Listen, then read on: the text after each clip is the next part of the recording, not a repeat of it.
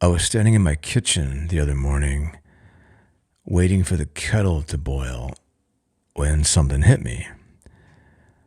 I realized I'd been scrolling my phone for almost 10 straight minutes, completely disassociated. Well, a video I didn't choose auto-played into another video I didn't choose. And by the time I came back around, I had no memory of what I'd even watched. Just this dull, lingering emotional static. It was like someone had used my brain as a storage unit and lost the keys. And in that moment, it occurred to me that my attention doesn't really feel like it belongs to me anymore. It feels rented out or like it's been hijacked. Basically, it's on loan to whoever can make my amygdala twitch the fastest. And of course, I blamed myself. Like, get it together, man. You really need to work on your discipline.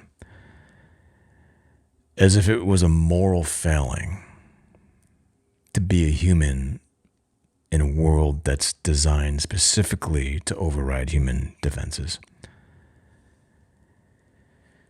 And that's when it clicked for me that this feeling isn't really new.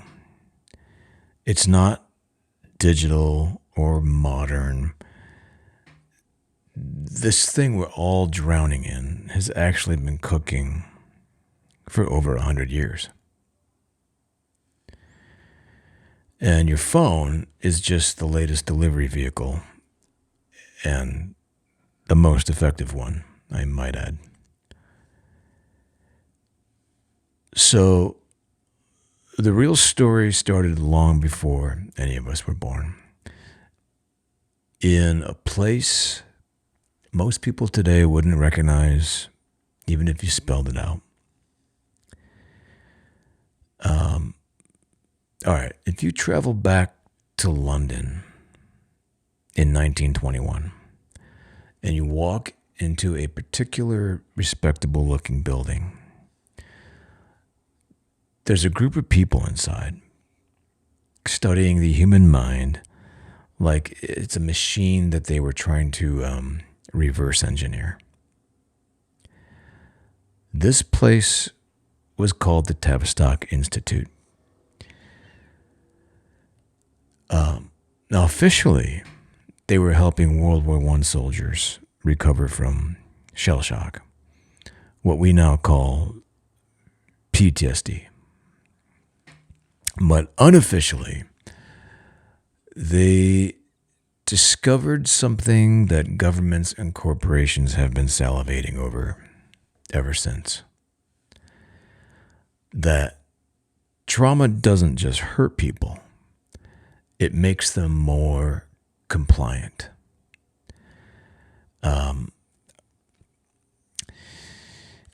Not really broken, malleable. So grief, confusion, fear, Tavistock didn't just see these as symptoms. They saw them as levers, tools, basically. Ways to shape behavior without ever needing to get your hands dirty.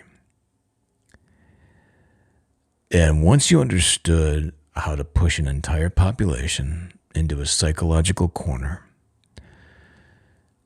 you don't really need charismatic or influential leaders anymore. All you need is just the right pressure and the right emotion at the right time. So By the end of World War II, Tavistock's influence had spilled into pretty much everything. Military strategy, public education, media, propaganda, advertising. The list goes on. And its fingerprints were everywhere that human behavior could be guided or optimized, which is really just a courteous way of saying they figured out how to make entire societies behave predictably. And right when that was happening, another character stepped onto the stage. So I've mentioned this guy before, Edward Bernays, Sigmund Freud's nephew, believe it or not. This was the man who looked at the unconscious mind and he thought, you know what this should be used for? Marketing and monetization. Bernays didn't want to understand people. He wanted to sell them. So a few of the ideas that he managed to implement included convincing women that cigarettes were symbols of liberation. And he was the guy that branded bacon and eggs as the ultimate American breakfast. A so-called tradition that didn't actually exist until he invented it. He helped orchestrate the overthrow of Guatemala's democracy. Why? Because there was a fruit company that needed cheap, compliant labor. So he basically used psychology as a crowbar. Yeah. Maybe he should have booked a few sessions with his uncle Sigmund. So Bernays understood that if you attach emotion to something, people won't just buy it. They'll defend it. They'll even evangelize it and vote for it. So he turned democracy into a vibe of sorts, thus transforming propaganda into PR and desire into a weapon. And the USA said, "Fabulous, thank you. May we have some more?" So then came the CIA, who looked at Bernays' work and Tavistock's research and decided to merge them into something significantly more unhinged. This became known as Operation Mockingbird. And their bright idea was that if you could control what the public saw and heard, you could indirectly control what they believed. So, they put operatives inside newsrooms. They didn't politely influence journalists. They acted as journalists. Anchors, editors, reporters, columnists. And by the 1970s, there were hundreds of people in American media who were on the CIA's payroll in one way or another. So imagine a world where the headlines weren't written by reporters. but by intelligence agents. Now stop imagining, because that was the world then. And not surprisingly, everyone more or less trusted it, because people would watch the news and think, yeah, this is the truth. I mean, it's on TV, and a professional-looking guy in a suit and tie is delivering the message in a calm and confident way. So it has to be true, right? But wait, there's more. Because the CIA wasn't quite done. Oh no. So they said, what if we take all this psychological manipulation and crank it up to God mode? Enter MK Ultra.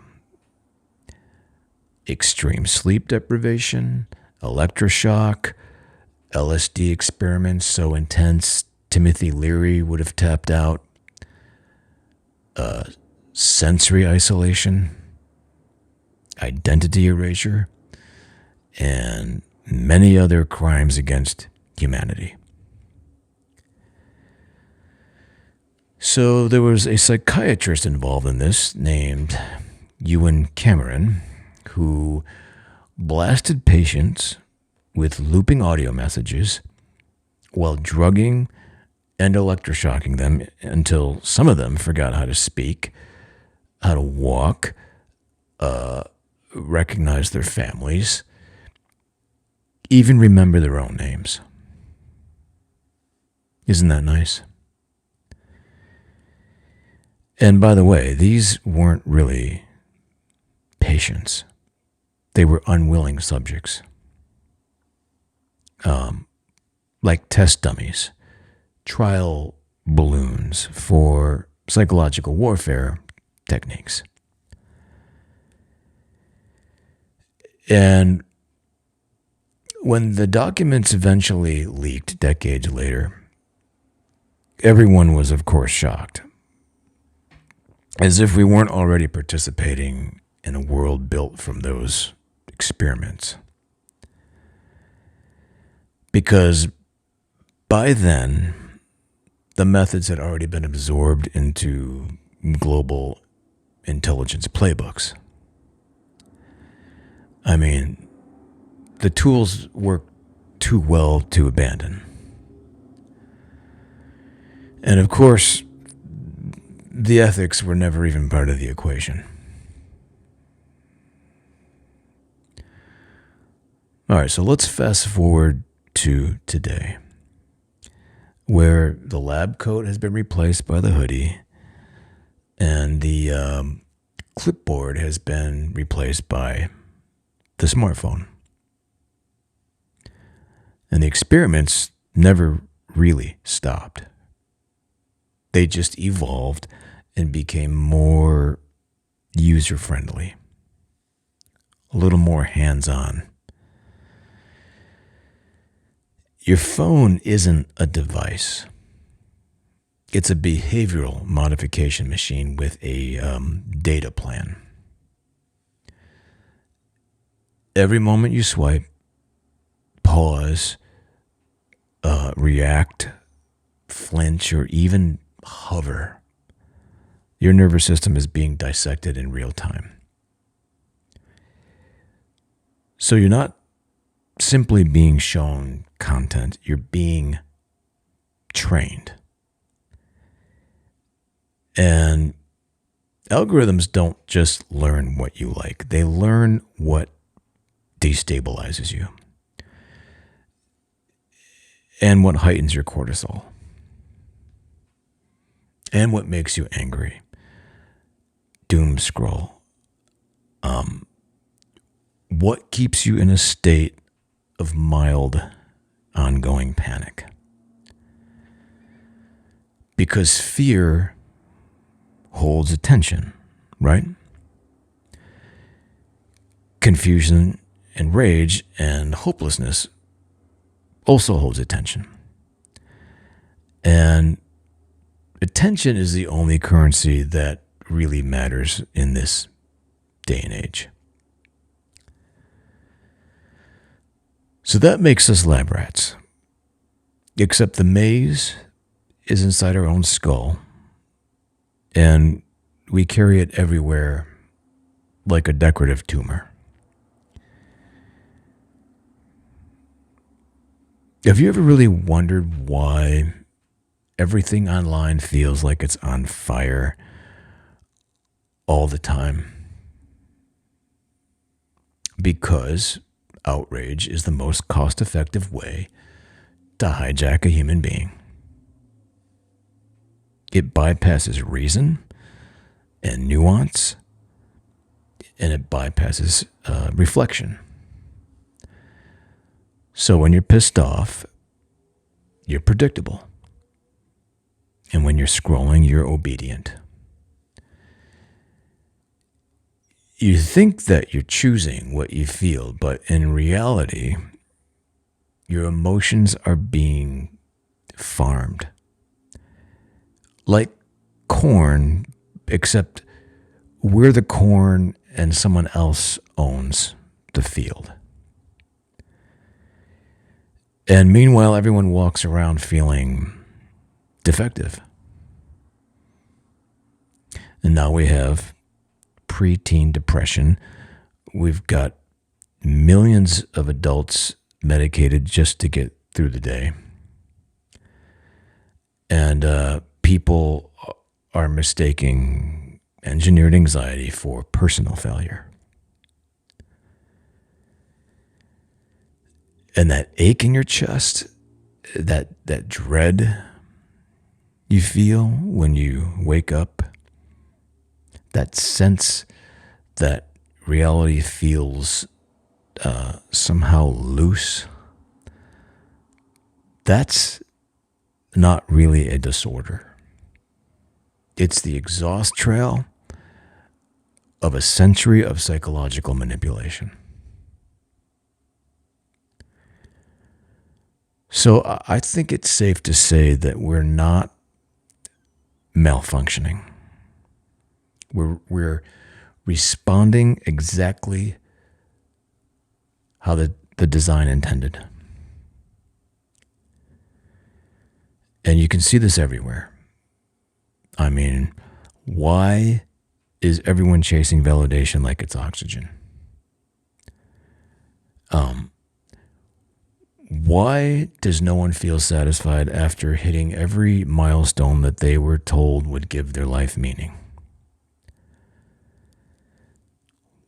Why do achievements feel like packing peanuts? Big in volume, but zero in substance. Well, because the system doesn't need you fulfilled. It just needs you preoccupied and exhausted. And it needs you emotionally overclocked and spiritually underfed. Dead people can't participate in society, but numb people, well, they're perfect.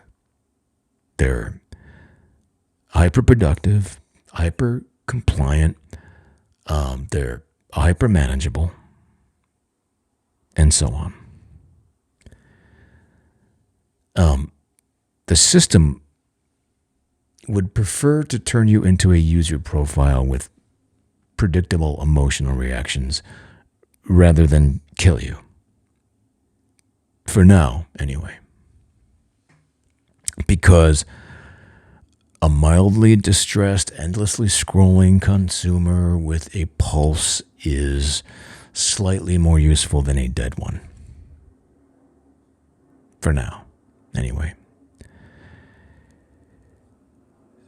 But here's the weird part. If you're still here listening to this, it probably means something inside of you never bought the script.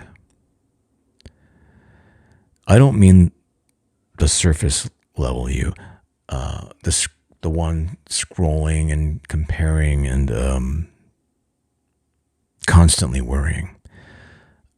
I mean the deeper part, the person you were before you learned to perform.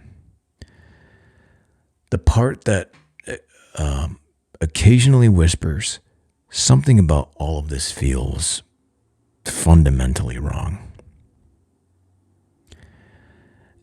And it's not paranoia. It's memory. It's an older intelligence. It's an instinct that predates all of this psychological scaffolding.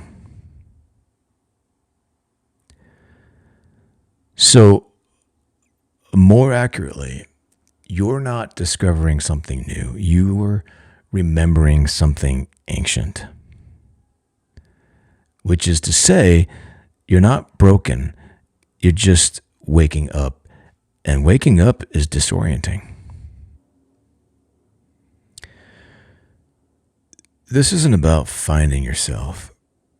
That phrase, it's way too soft for the moment that we're in. And besides, I don't believe in the concept of the self that we're raised on, but that's a whole other matter. This is more about stopping. Stopping the autopilot, the mimicry, the performance review that the world runs on your identity. And the moment you stop feeding the machine emotionally, psychologically, spiritually, it begins to starve. The second you stop reacting, you stop being a lab rat, and you stop being exploited data. And that's when you meet the real you, the one that existed before the algorithm learned your name. It's the you it's the you with a life that doesn't feel scripted and a mind that doesn't feel like it's been purchased. And a sense of self that isn't packaged for the public to consume. That life is still there. It's been waiting underneath all the noise, and you can hear it in the silence between notifications if you listen carefully. You can feel it when you're bored, and you can sense it when something in your body is telling you, this isn't right. This is not how humans are supposed to live. And it's true. It's been true the whole time. Everything around us is destabilizing now. And not just politically or culturally or economically. Psychologically, the spell is thinning. People are noticing the script. And they're becoming aware of all the programming and the artificiality, the manipulation, the fatigue. And once you see the strings, you can't pretend the puppet is alive anymore. The system is cracking. You can see daylight through it at this point. And beneath all the conditioning, beneath all the branding and algorithms and outrage and all the chaos, your real life is still waiting. Not the one you were handed, or the one with the carrot on the stick that you were told to chase. The one where you were supposed, the one you were supposed to have before the experiment started. So the question now is this: who were you, or who are you, when the script ends? Because that's the real you, the one that they tried to overwrite, the one that never really went away. And now that you're remembering, you're not going back. At least I hope not. All right. On that note, that's all I've got today. As always, thanks for listening.